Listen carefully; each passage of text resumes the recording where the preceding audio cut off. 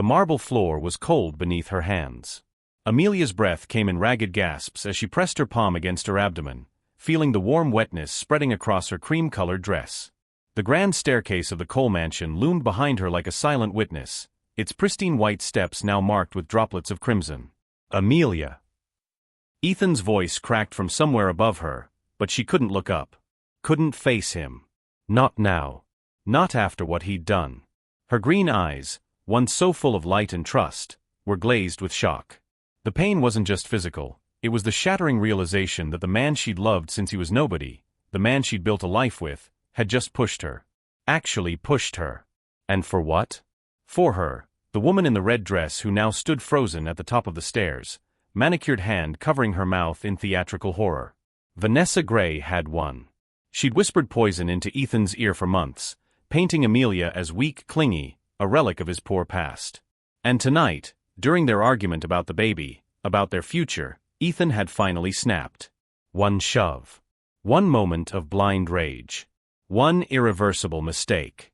The cramping began, sharp, violent, stealing her breath. Amelia's trembling fingers clutched at nothing as darkness crept into the edges of her vision. Somewhere distant, she heard Ethan screaming for help, his expensive shoes thundering down the stairs. But it was too late. Some things, once broken, could never be made whole again. Like, subscribe, and tell us where you're watching from, and what time it is right now. We love seeing our global family tuning in. What would you have done if this happened to you? Tell us in the comments. 6 years earlier, Ethan Cole was nobody. He was a 28-year-old with a failing startup, maxed-out credit cards, and a one-bedroom apartment that smelled perpetually of instant ramen. His sharp jawline and ambitious blue eyes couldn't pay the bills, and every venture capitalist in the city had laughed him out of their offices. Except Amelia. She was a barista at the coffee shop beneath his apartment building, the kind of girl who remembered everyone's order and smiled like it cost nothing.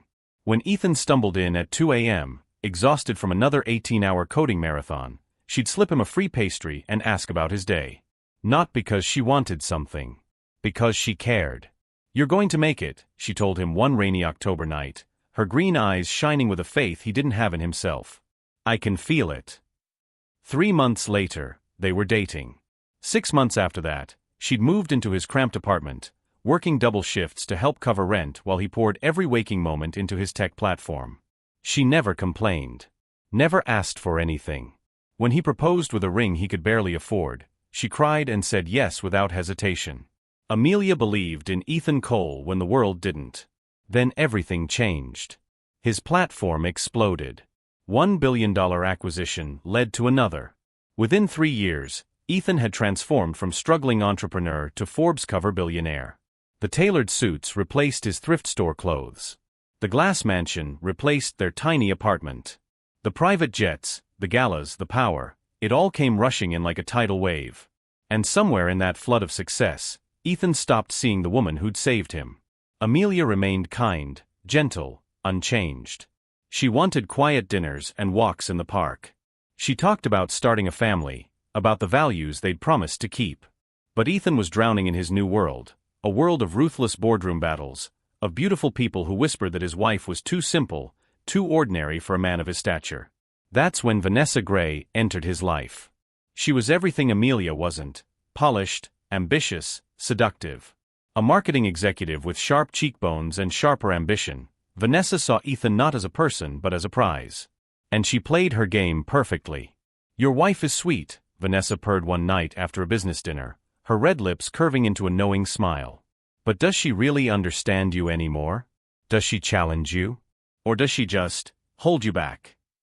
The poison worked slowly. Every doubt, every whisper, every calculated touch. Within 6 months, Ethan was having an affair. Within a year, he'd convinced himself that Amelia was the problem, that she was weighing him down, trapping him in a past he'd outgrown. When Amelia discovered she was pregnant, she thought it would save them. She was wrong. The pregnancy test sat on the marble bathroom counter like a tiny beacon of hope. Amelia's hands trembled as she stared at the 2 pink lines, tears streaming down her soft cheeks. After months of feeling Ethan slip away, after countless nights sleeping alone in their king-sized bed while he worked late at the office, she finally had something that could bring him back. A baby. Their baby. a piece of the love they'd once shared. She found him in his home office, bathed in the blue glow of multiple monitors, his dark hair perfectly slicked back, his charcoal suit still immaculate despite the late hour. He didn't look up when she entered. "Ethan," her voice was soft, hopeful. "I need to tell you something." "Not now, Amelia." His tone was clipped, dismissive.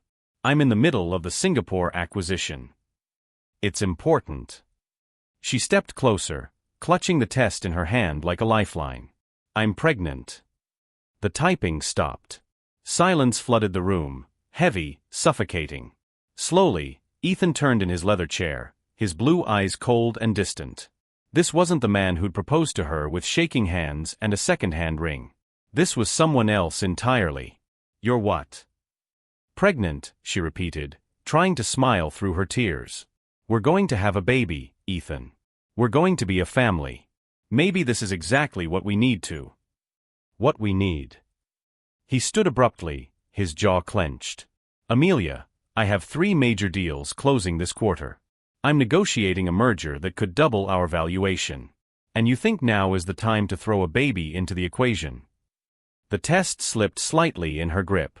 I thought you'd be happy." "Happy?" A bitter laugh escaped him. "You didn't even ask me. You just decided to trap me further into this." He gestured vaguely between them, his face twisted with frustration and something uglier. Something Vanessa had planted there over months of careful manipulation. "Trap you?" Amelia's voice cracked. "Ethan, I'm your wife. This is our child. Our..." His phone buzzed. Vanessa's name lit up the screen, a late-night text decorated with a red heart emoji. Amelia saw it. So did Ethan. And in that moment, the last thread of their marriage pulled taut. "I can't do this right now," he muttered, grabbing his phone and his keys. "I need air." "Ethan, please," she reached for his arm, desperate. "Don't leave. We need to talk about this. About us. About what's been happening." "There's nothing to talk about." He yanked his arm away with such force that she stumbled backward. "God, Amelia, when did you become so suffocating? So needy? I built an empire, and all you want is to drag me back to that cramped apartment life. That's not fair." "Fair?" His voice rose, echoing off the glass walls. "What's not fair is being married to someone who doesn't understand ambition. Someone who's content to be ordinary." The word hung in the air like a blade. Ordinary. Amelia's green eyes widened with pain. That was Vanessa's word. Vanessa's poison, now dripping from her husband's mouth. "You're sleeping with her, aren't you?" The question escaped before she could stop it. "That woman from your company. Vanessa." Ethan's face went rigid. Guilty. And that was all the answer she needed.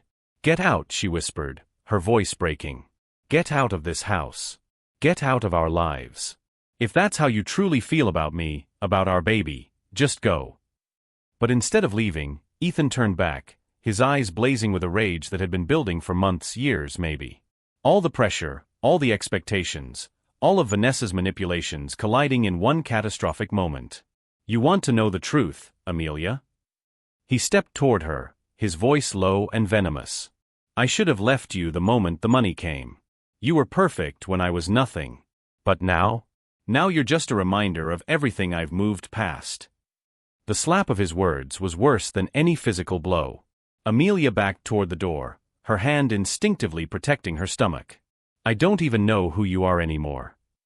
"Good," Ethan spat. "Because the man you married was weak. And I'm done being weak." She turned to leave, tears blurring her vision. But Ethan wasn't finished. He followed her into the hallway, his voice rising, his footsteps heavy on the marble.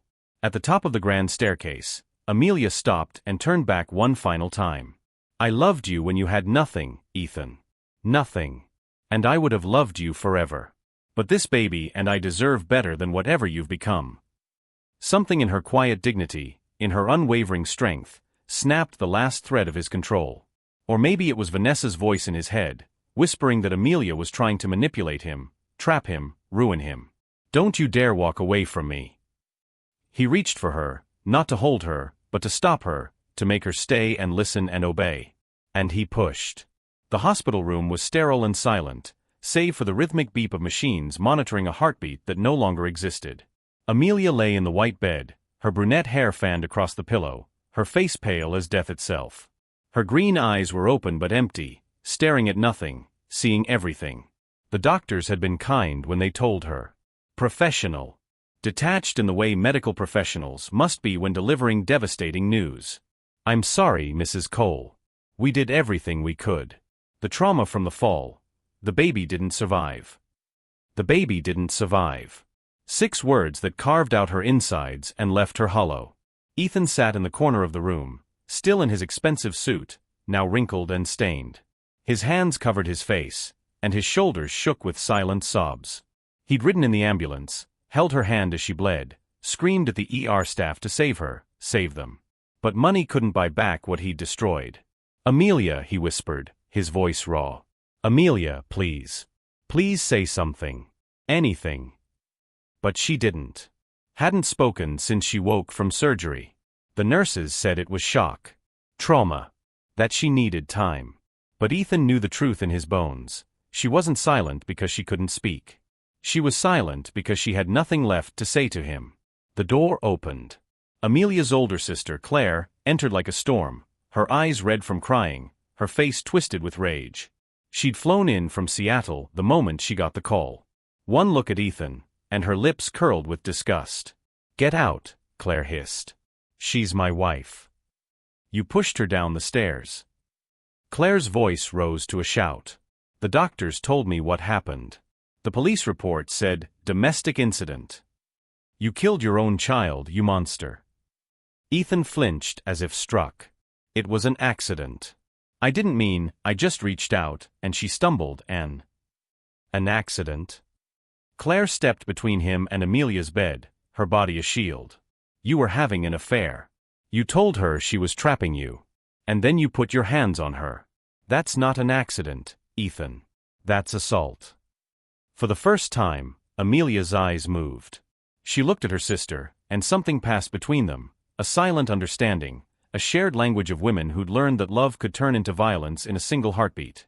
"I want him gone," Amelia finally spoke, her voice barely above a whisper but sharp as glass. "I never want to see him again." The words landed like bullets in Ethan's chest. "Amelia, no, please, we can work through this. I'll get help. I'll do anything. You took everything from me." She turned her head to look at him directly, and the emptiness in her green eyes was more terrifying than any rage. "Our child is dead because of you. Our marriage died the moment you chose her over us. There's nothing left to work through." Claire pulled out her phone. "I'm calling our lawyer. And if you're not out of this hospital in the next 5 minutes, I'm calling the police to press charges." Ethan stood frozen, his world fracturing around him. This couldn't be happening. This couldn't be real. Just this morning he'd been untouchable, a billionaire at the top of his game, a man who controlled boardrooms and bent markets to his will. Now he was a monster who destroyed the only person who'd ever truly loved him. "Amelia, I'm sorry. God, I'm so sorry. Sorry doesn't bring back our baby." Her voice was flat, dead. "Sorry doesn't erase what you did. Now get out." He left, but not because he wanted to. Because the security guards Claire summoned gave him no choice. The penthouse was dark when Ethan returned. Vanessa was there, draped across his leather sofa in a silk robe, a glass of wine in her manicured hand. She'd let herself in with the key he'd given her months ago, a key that now felt like evidence of his betrayal. "There you are," she purred, rising to meet him. "I've been worried sick.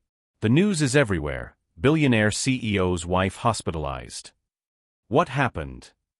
Ethan stared at her, really looked at her for the first time in months. The perfectly styled blonde hair. The calculated pout. The way she positioned herself in the light to maximize her beauty. Every move was a performance. Every word was strategy. "She lost the baby," he said flatly. Vanessa's expression flickered. Was that relief? Before settling into practiced sympathy. "Oh, Ethan. I'm so sorry. That must be devastating for you." "For me." Something cold and sharp crystallized in his chest. "Vanessa, I pushed my pregnant wife down the stairs.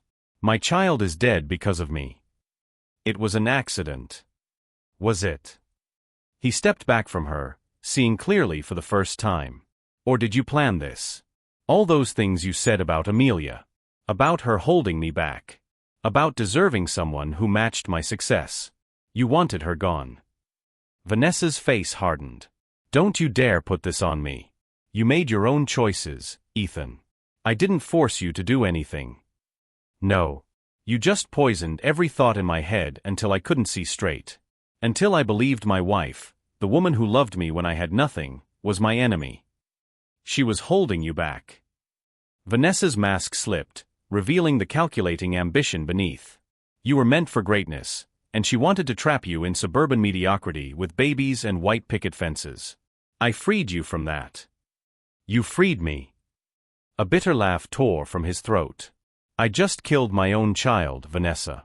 I destroyed the only woman who ever loved me for who I actually am. What the hell did you free me for? Vanessa's eyes narrowed.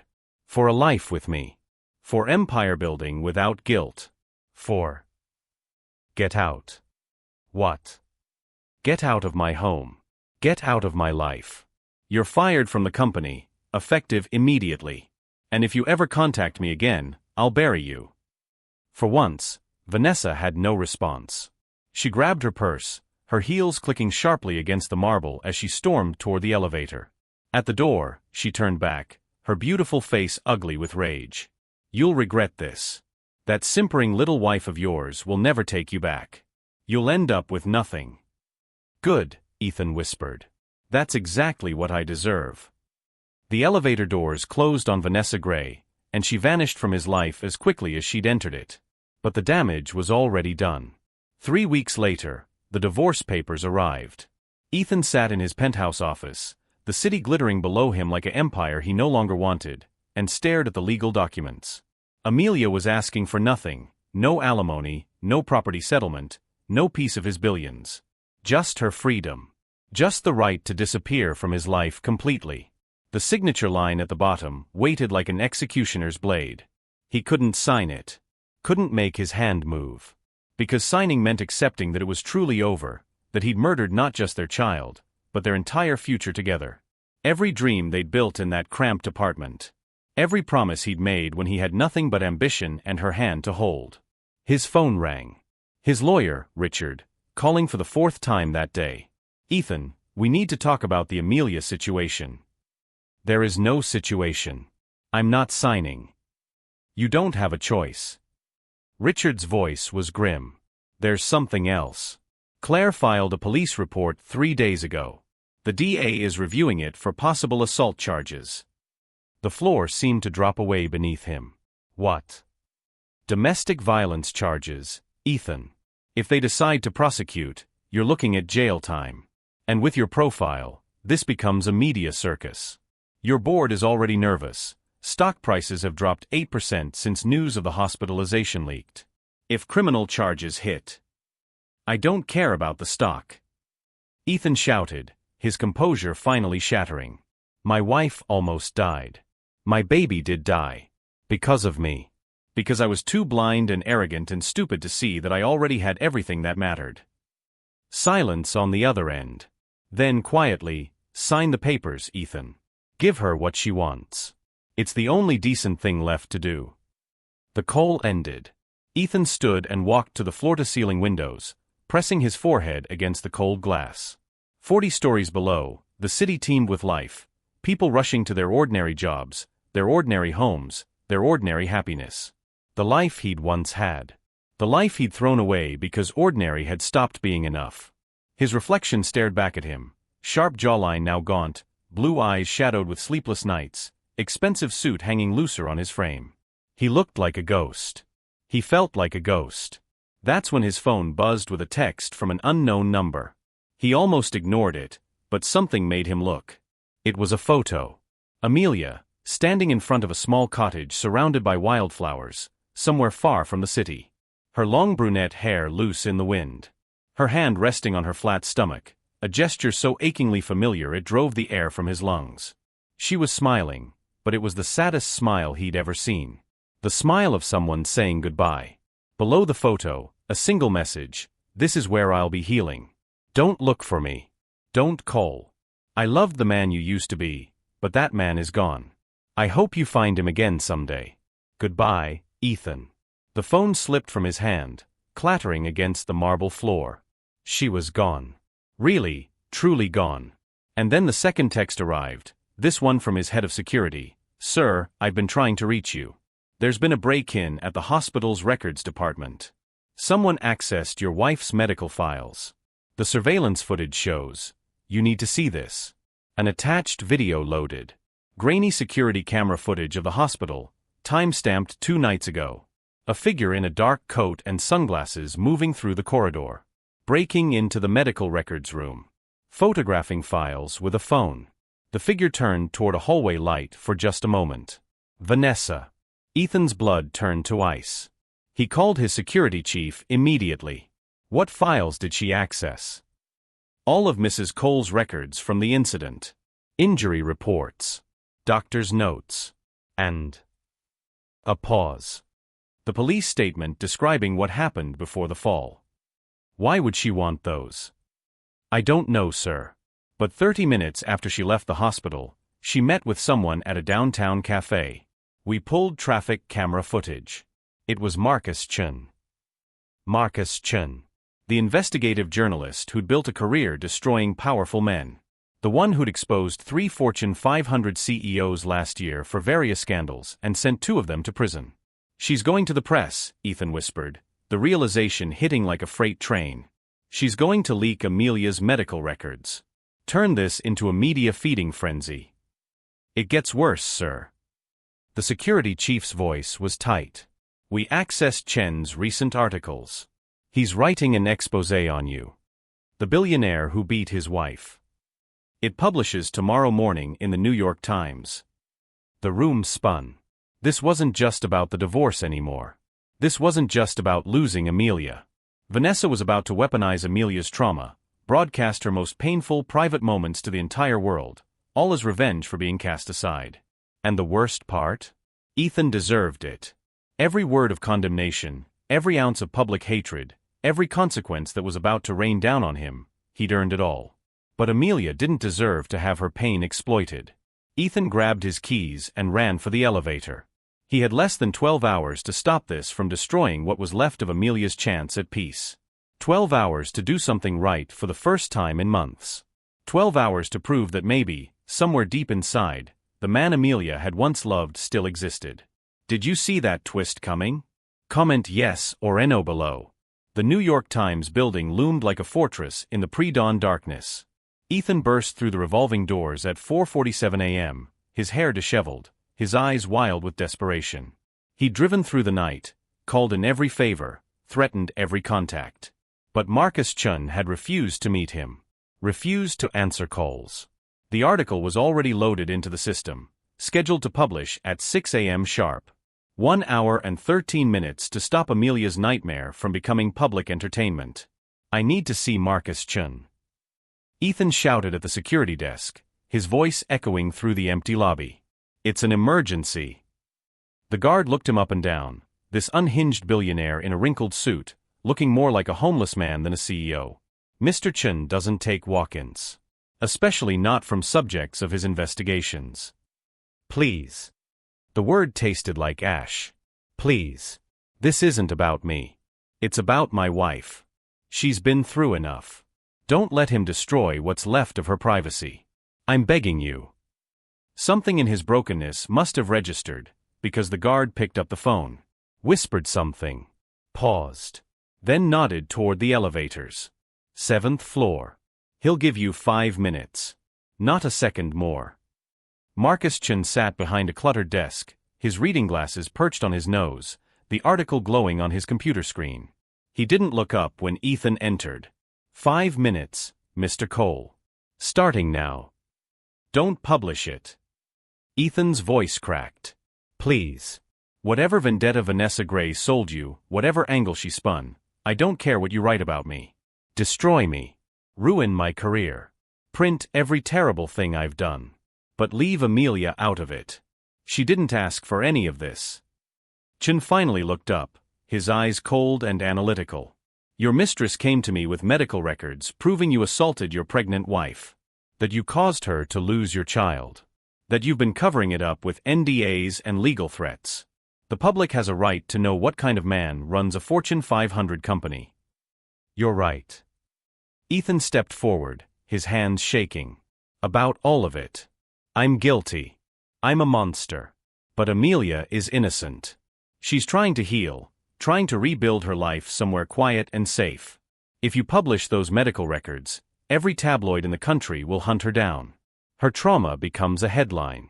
Her pain becomes clickbait. Is that the kind of journalism you're proud of? I report truth, Chen said coldly. Even when it's ugly. This isn't truth, it's exploitation. Ethan's voice rose, desperate. Vanessa Gray doesn't care about justice.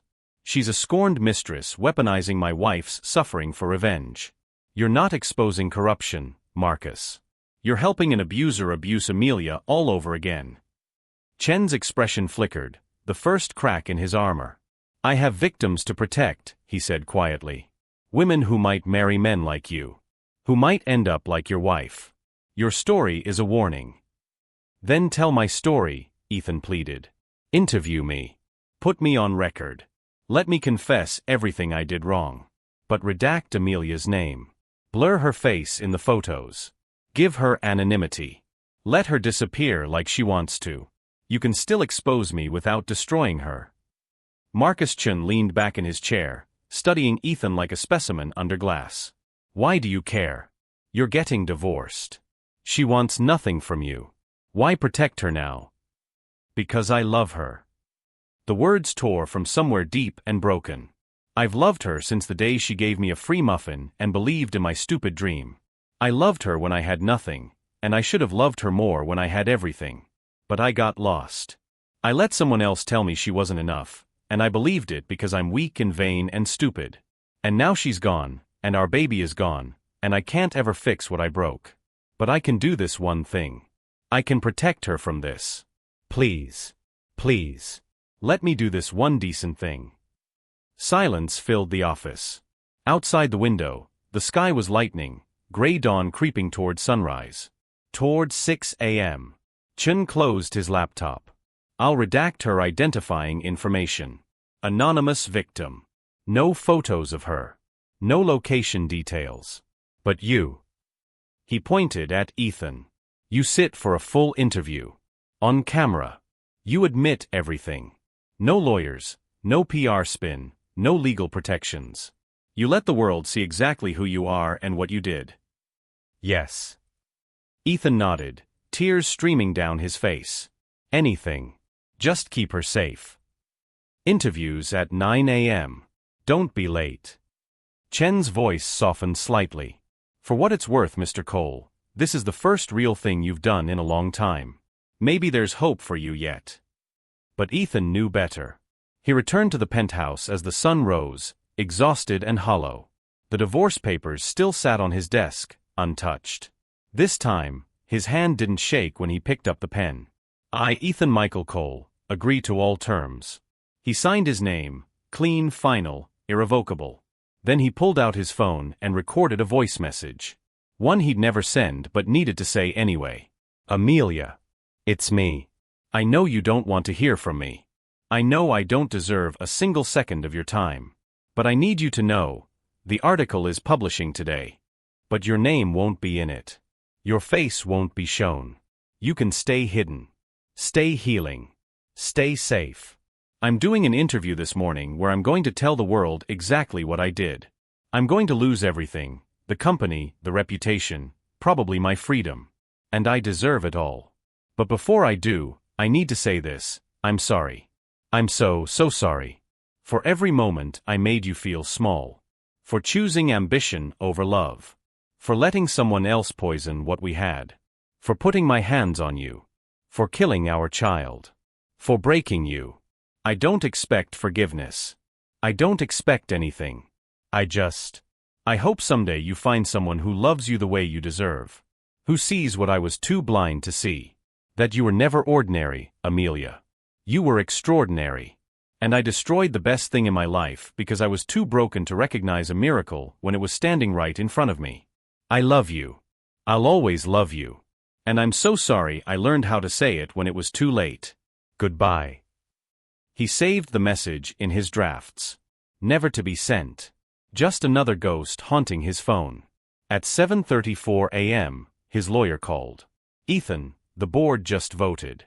You're being removed as CEO, effective immediately. Stock prices are in free fall. 3 major investors are pulling out.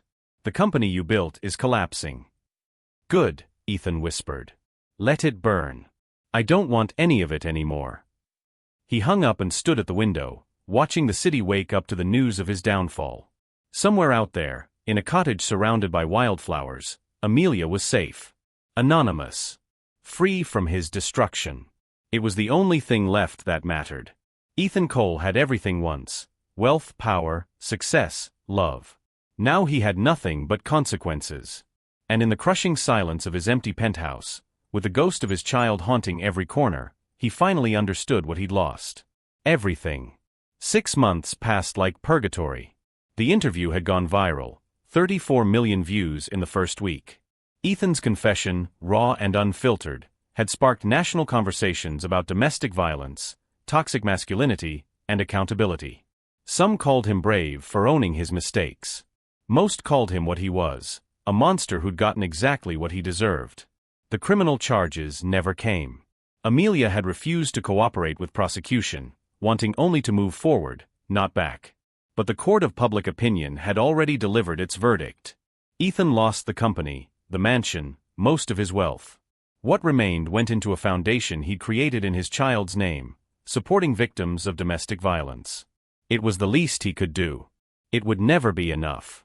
He lived now in a modest 2-bedroom apartment across town, not unlike the one where he'd started with Amelia all those years ago. The irony wasn't lost on him. He'd come full circle, stripped of everything he'd built, left with only the man he'd become. And he hated that man. Therapy had become his religion. 3 times a week, sitting in Dr. Reeves' office, peeling back layers of ego and trauma and toxic ambition. Learning that his father's abandonment had left him desperate to prove his worth through success. That Vanessa had exploited wounds he didn't even know he had. That he'd confused net worth with self-worth until he couldn't tell the difference anymore. But understanding why you did it doesn't absolve you of what you did, Dr. Reeves said during one session, her voice gentle but firm. Healing isn't about earning forgiveness, Ethan. It's about becoming someone who would never do that again. What if I can't? He whispered, staring at his hands that had once pushed the woman he loved. What if I'm just broken? Then you stay broken and do the work anyway. Every single day. Not for redemption. Not for absolution. But because the alternative is staying the man who destroyed everything he touched. That night, alone in his apartment, Ethan pulled out a box he'd been avoiding for months.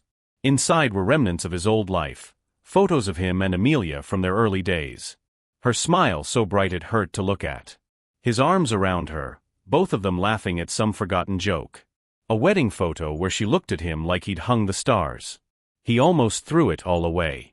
Almost convinced himself it was healthier to forget, to move on, to stop dwelling in the past. But then he found something at the bottom of the box. A letter. In Amelia's handwriting. Dated 2 weeks before the incident. His hands trembled as he unfolded it. My dearest Ethan. I don't know if you'll ever read this. You're so far away these days, even when you're sitting right next to me.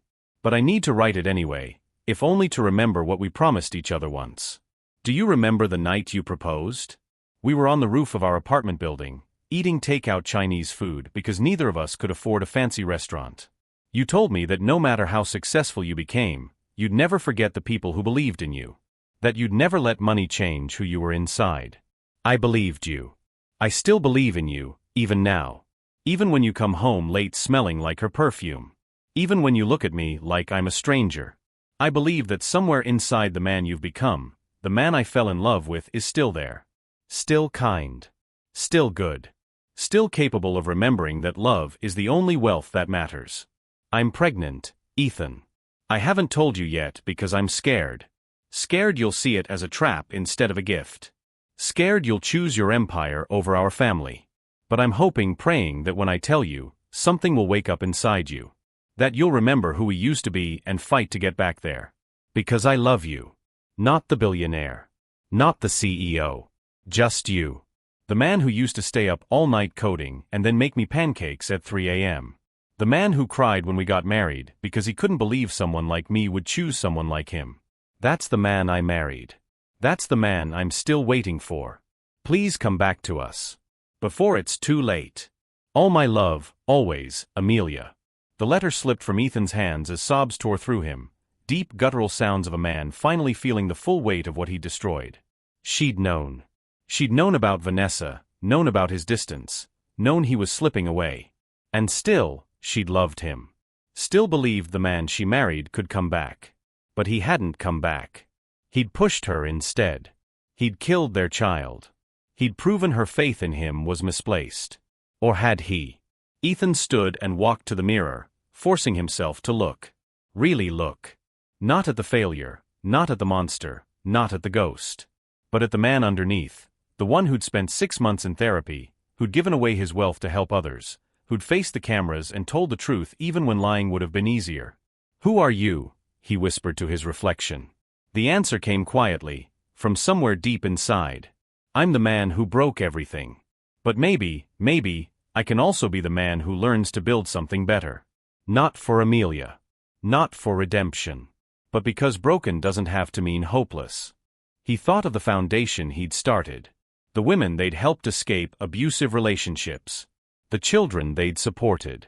The lives that had been changed because he'd chosen to turn his destruction into something meaningful. He thought of Dr. Reeves' words, healing isn't about earning forgiveness. It's about becoming someone who would never do that again. And he thought of Amelia, somewhere in her cottage surrounded by wildflowers, rebuilding a life without him. She'd asked him not to look for her. Not to call. To let her go. He could do that. He would do that. But there was one thing he needed her to know. Ethan sat down and began to write. Not for her to read. He'd never violate her boundaries by sending it. But because some truths needed to exist in the world, even if they remained unspoken. Dear Amelia. I found your letter today. The one you wrote before I destroyed everything. You asked me to come back. To remember who I was. To choose us. I didn't. And I'm so sorry. But I want you to know that I'm trying now. Not to win you back. I lost that right the moment I put my hands on you. Not for redemption. Nothing I do can redeem what I took from you. But because you were right. The man you married is still in here somewhere. Buried under years of ego and ambition and poison. And I'm fighting every single day to find him again. I'm in therapy. I started a foundation in our baby's name. I'm learning to measure my worth by who I am, not what I have. I'm becoming slowly, the kind of man who could never hurt someone the way I hurt you. I don't know if that matters to you. It probably doesn't. But it matters to me. Because you believed in me once, and even though I betrayed that belief in the worst way possible, I want to prove you weren't completely wrong. That somewhere inside the monster you married, there was a man worth believing in. I hope you're healing. I hope you're finding peace. I hope you're learning to trust again, to love again, to believe in goodness again. You deserve all of that and more. And I hope someday, somehow, you can forgive yourself for loving me. Because that was never your mistake, Amelia. That was your grace. Thank you for 7 years of unconditional love. I'll spend the rest of my life trying to deserve even a fraction of it. With all the love I learned too late to show, Ethan. He folded the letter and placed it in an envelope marked simply, "For when I forget why I'm doing this." Then he stood, wiped his eyes, and looked at the calendar. Tomorrow was the Foundation's big fundraiser gala. 50 survivors of domestic violence sharing their stories. Ethan would be there, not as the center of attention, but working behind the scenes. Setting up chairs. Serving food. Doing the invisible work that didn't earn applause. The old Ethan would have hated that. Would have needed the spotlight, the credit, the recognition. But this Ethan, the one slowly clawing his way back to humanity, understood that real redemption happened in silence. In showing up day after day, doing the work, helping others, expecting nothing in return. He wasn't the man Amelia had married. Not yet. Maybe not ever. But he was trying to become someone who could look himself in the mirror without flinching. And for the first time in 6 months, that felt like enough. The foundation gala was in full swing when Ethan saw her. He was in the kitchen, sleeves rolled up, washing dishes alongside the catering staff, when someone called his name. Not Mr. Cole in that deferential tone he'd grown accustomed to during his billionaire days. Just Ethan, soft and uncertain. He turned. And there she was. Amelia stood in the doorway, bathed in the warm light from the ballroom beyond. Her brunette hair was shorter now, falling just past her shoulders in soft waves. She wore a simple cream-colored dress, nothing like the designer gowns she'd once worn to his corporate events. But she was more beautiful than he'd ever seen her. Because she looked alive again. The hollow emptiness that had haunted her eyes in the hospital was gone, replaced by something quieter. Something like peace. The plate Ethan was holding slipped from his hands, shattering against the floor. "Amelia," he breathed, his heart hammering against his ribs. "What are you? I didn't know you'd be here. I swear I would never have." "I know." Her voice was steady, stronger than he remembered. "Claire told me about the foundation. About what you've been doing. I wanted to see for myself if it was real." "It's real." He bent down shakily to pick up the broken pieces, needing something to do with his hands. "Everything I do now is real. No PR spin. No redemption tour. Just trying to do better." She stepped closer, and he caught the faint scent of lavender, her shampoo, the one she'd used since their apartment days. The familiarity of it nearly broke him. "I read your interview," she said quietly. "All 34 million views worth." "Amelia, I'm so sorry. I tried to keep your name out of it, to protect you." "I know you did." She held up a hand, stopping him. "That's actually why I'm here. Not for the gala. For you." His breath caught. "Why?" "Because I need to say something. And you need to hear it." She glanced back toward the ballroom where survivors were laughing, healing, finding community. "Can we talk?" "Somewhere private." They ended up on the rooftop terrace, the city sprawling below them like a constellation of possibilities. It reminded Ethan achingly of the night he'd proposed. Same city, different people. Or maybe the same people, just irreparably changed. Amelia stood at the railing, her arms wrapped around herself against the cool evening breeze. Ethan kept his distance, afraid that if he got too close, she'd disappear like smoke. "I've been in therapy too," she began, her voice carried away by the wind. "Working through the trauma. The loss. The betrayal. All of it." "That's good," Ethan said softly. "You deserve healing. My therapist asked me to write you a letter.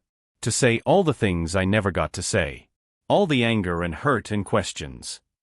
She turned to face him, her green eyes searching his. "Do you want to hear it?" "Yes." "Even if it destroyed him?" "Yes, I do." She pulled a folded paper from her small purse, her hands trembling slightly. Then she began to read. "Ethan, you took everything from me. My trust. My child. My ability to believe that love could be safe. You made me feel ordinary when I was extraordinary.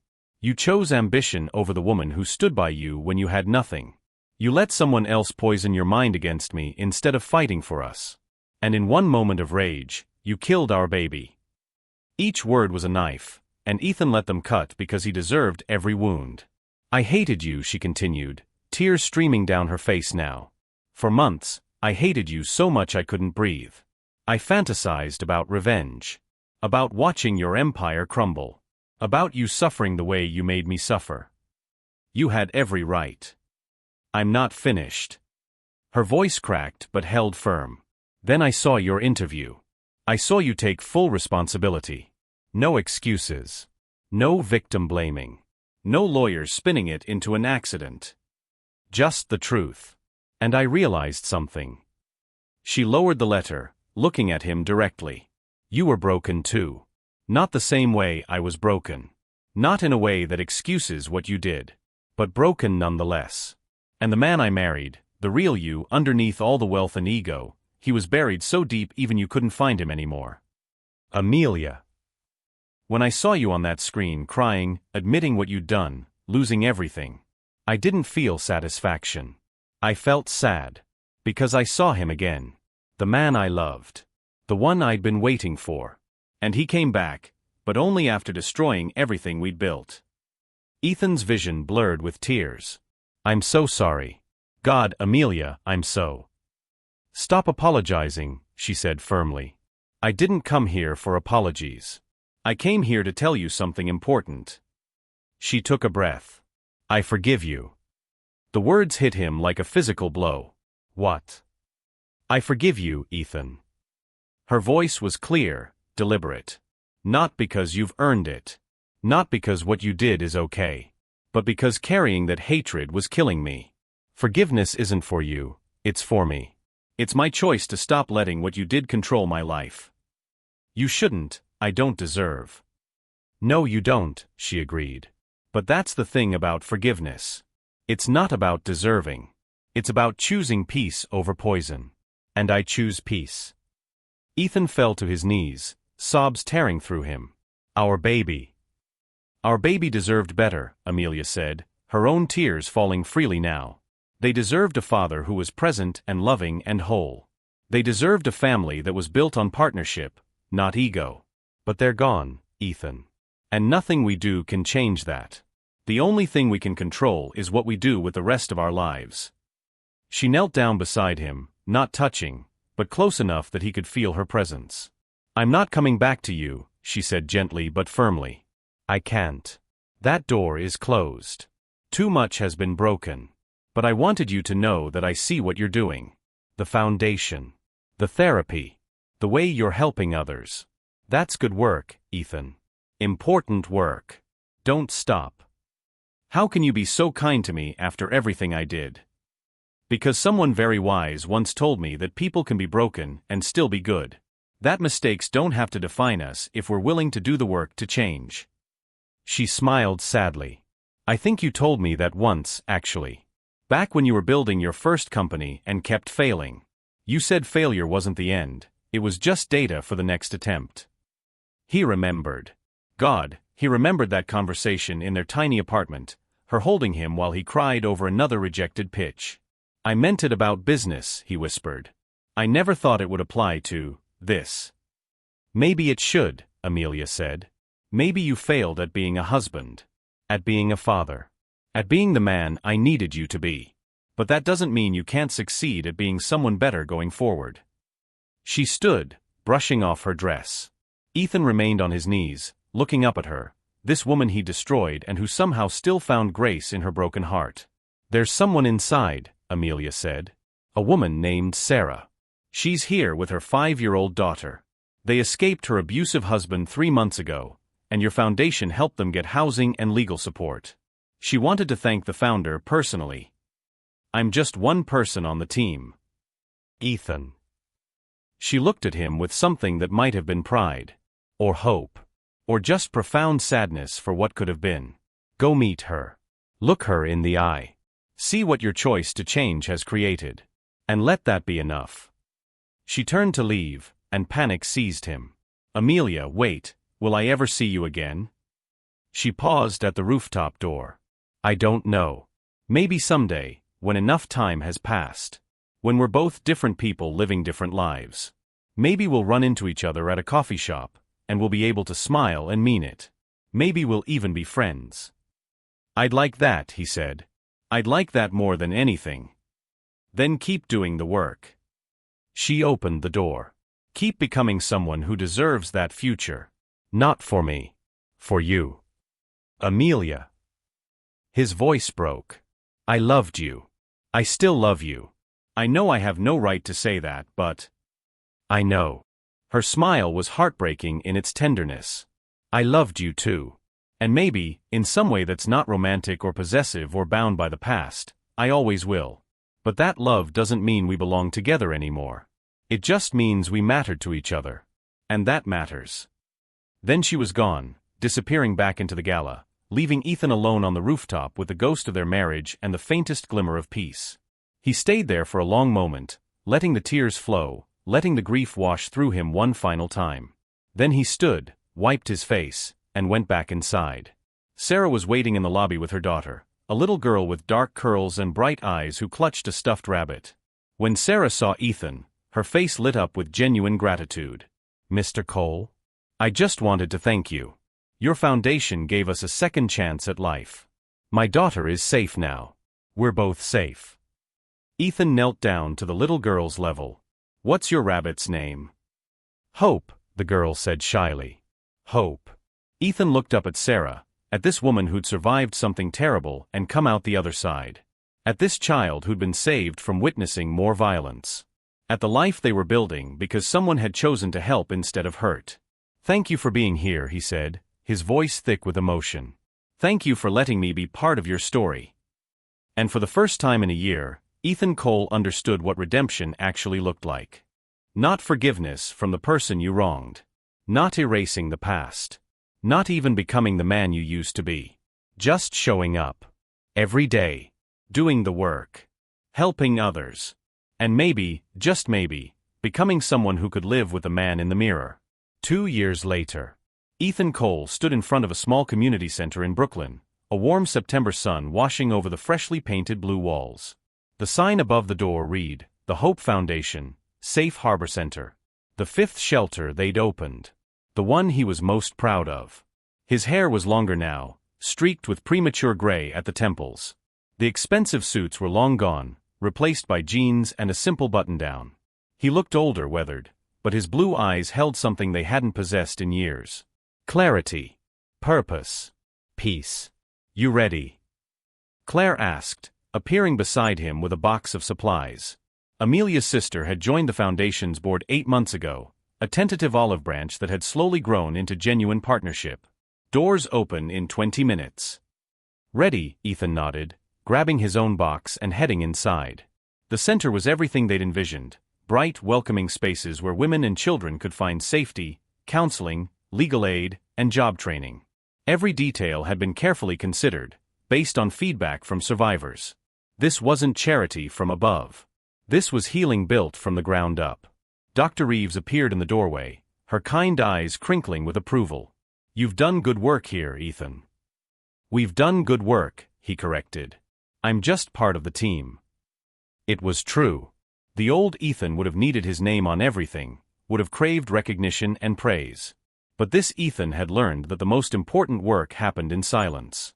In showing up. In serving without needing applause. His phone buzzed. A text from an unknown number. "I heard about the new center. Congratulations." His heart squeezed. Amelia. They texted occasionally over the past 2 years, brief, careful messages about the foundation, about holidays, about life. She'd moved back to the city 6 months ago, though they hadn't seen each other. Hadn't needed to. Some healing required distance. He texted back, "Thank you. Hope you're well." 3 dots appeared. Disappeared. Appeared again. Then, "I am. Really well, actually. Maybe we could get that coffee sometime? No pressure. Just. I think I'm ready." Ethan stared at the message, tears pricking his eyes. Not because it meant they'd get back together, that ship had sailed, and he'd accepted it. But because it meant she'd healed enough to choose to have him in her life again, even in the smallest way. "I'd like that. Very much." "Good. There's someone I'd like you to meet." His stomach dropped. Someone. Of course. She'd moved on. Found love again. Deserved happiness with someone who wouldn't break her. "I'd be honored," he typed, meaning it with everything in him. The center's opening ceremony was packed. Survivors sharing their stories. Community leaders pledging support. Children laughing in the play area, a sound that made Ethan's chest ache with bittersweet joy. Sarah was there with her daughter, now 7 years old and thriving in 2nd grade. She spoke at the podium about her journey from victim to survivor to advocate, her voice strong and clear. 2 years ago, I was sleeping in my car with my baby, hiding from a man who'd sworn to kill us both, she said. Today, I'm a paralegal at a non-profit law firm, helping other women escape. That transformation happened because people like Ethan Cole chose to turn their own pain into purpose. The applause was thunderous. Ethan stood in the back, uncomfortable with the attention but grateful for the work. Then Claire took the microphone. "Before we conclude, there's someone here who'd like to say a few words. Someone whose story inspired all of this work. Amelia, would you come up?" Ethan's heart stopped. Amelia rose from a seat near the front, and the room fell silent. She looked radiant in a soft green dress that matched her eyes, her hair flowing loose around her shoulders. And beside her, a man stood, tall, kind-faced, his hand gently touching the small of her back in a gesture of support. Ethan's chest constricted, but he forced himself to smile. This was good. This was what healing looked like. Amelia reached the podium and looked out at the crowd, her gaze finally landing on Ethan in the back. She smiled, genuine, warm, free of pain. 2 years ago, I lost everything, she began. My child. My marriage. My sense of safety in the world. I thought I'd never recover. Never trust again. Never feel whole. She paused. But I learned something important. Healing isn't linear. It's messy and complicated, and sometimes you take 2 steps back for every step forward. But it's possible. She gestured to the man beside her. This is Daniel. He's a grief counselor I met in a support group. He lost his wife to cancer 3 years ago. We've been dating for 8 months, taking it slow, learning to trust again together. Ethan's vision blurred, but he kept smiling. Good. This was good. Daniel helped me understand that forgiveness doesn't mean reconciliation, Amelia continued. That you can release someone from your anger without inviting them back into your life. And that sometimes, the greatest gift you can give yourself is permission to move forward. She looked directly at Ethan now. But he also helped me understand something else. That people can change. Really, truly change. Not because they want something from you, but because they choose to become better versions of themselves. Her voice softened. Ethan Cole destroyed me. There's no sugarcoating that. But the man standing in the back of this room isn't the same man who pushed me down those stairs. He's someone who took his brokenness and built something beautiful from the wreckage. Tears streamed down Ethan's face now, and he didn't bother hiding them. So I want to say publicly what I said to him 2 years ago. I forgive you, Ethan. And I'm proud of who you've become. Our marriage is over. Our baby is gone. But the work you're doing ensures that other children get to grow up safe. That other women get to escape before it's too late. That's a legacy worth building. The room erupted in applause. Amelia stepped down, and Daniel wrapped his arm around her shoulders. Protective, gentle, everything Ethan should have been and wasn't. After the ceremony, as people mingled and celebrated, Amelia approached Ethan. Daniel hung back respectfully, giving them space. Hi, she said softly. Hi. Ethan's voice was rough. He seems really great. He is. Amelia smiled. He's patient and kind, and he doesn't need to be fixed. He's just ready. For partnership. For real love. I'm happy for you. I mean that. I know you do. She reached out and squeezed his hand briefly, the first physical contact they'd had in 2 years. How are you? Really? Better, Ethan said honestly. Not fixed. Maybe never fixed. But better. I wake up every day and choose to do the work. To help. To be present. To honor. His voice broke. To honor what we lost by making sure others don't have to lose the same way. That's all any of us can do. Amelia's eyes glistened. Turn our pain into purpose. Daniel approached cautiously. Sorry to interrupt. Amelia, your sister is looking for you. Right. She turned back to Ethan. Coffee next week? For real this time. I'd love that. Good. We can talk about normal things. Movies. Books. Life. Not the past, just the present. The present, Ethan echoed. I like that. She started to walk away, then turned back one last time. Ethan? Our baby would have been 2 this month. His breath caught. I know. November 7th. I planted a tree, she said quietly. In a park upstate. A cherry blossom. For them. That's beautiful. Would you want to visit it sometime? Not alone. With me and Daniel. And Claire. Just to remember together. To honor what was. Ethan nodded, unable to speak. Okay then. She smiled through her tears. We'll plan it. And then she was gone, returning to Daniel's side, to to her new life, to the future she was building from the ashes of what Ethan had burned.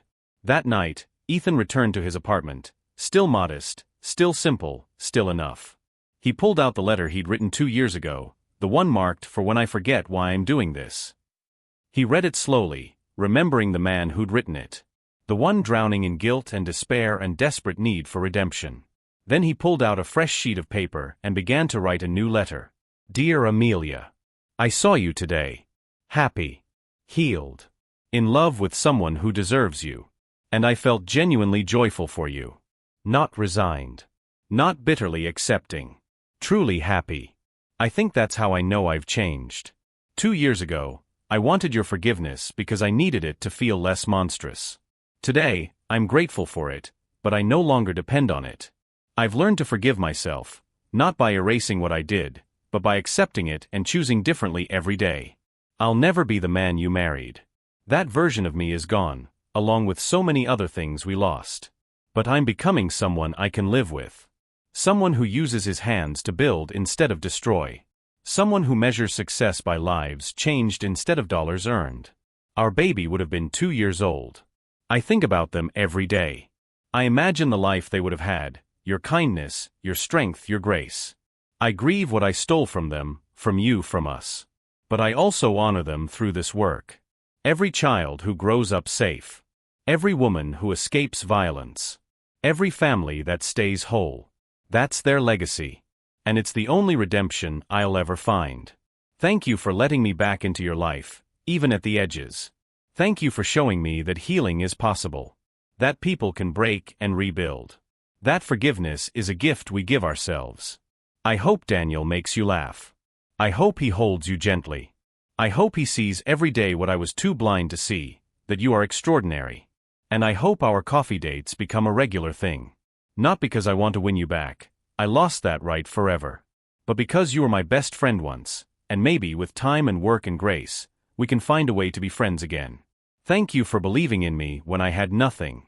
Thank you for forgiving me when I deserved nothing. And thank you for showing me that broken doesn't mean hopeless. With gratitude and enduring love, Ethan. He folded the letter and placed it next to the old one. 2 years. 2 men.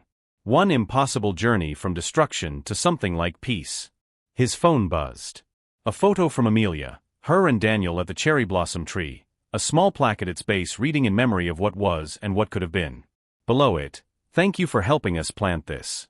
See you next week for coffee. Ethan smiled through his tears and texted back a single word, always. Then he turned off the lights, lay down, and slept without nightmares for the first time in 2 years. The man who'd had everything and lost it all had finally found the one thing money could never buy. Peace with who he'd become. And the courage to keep becoming better. If this story touched you, like and subscribe and tell us where you're watching from. This journey of heartbreak and redemption reminds us that while we can't undo the past, we can choose who we become tomorrow. Drop a if you believe in second chances, not to erase mistakes, but to honor them by living differently.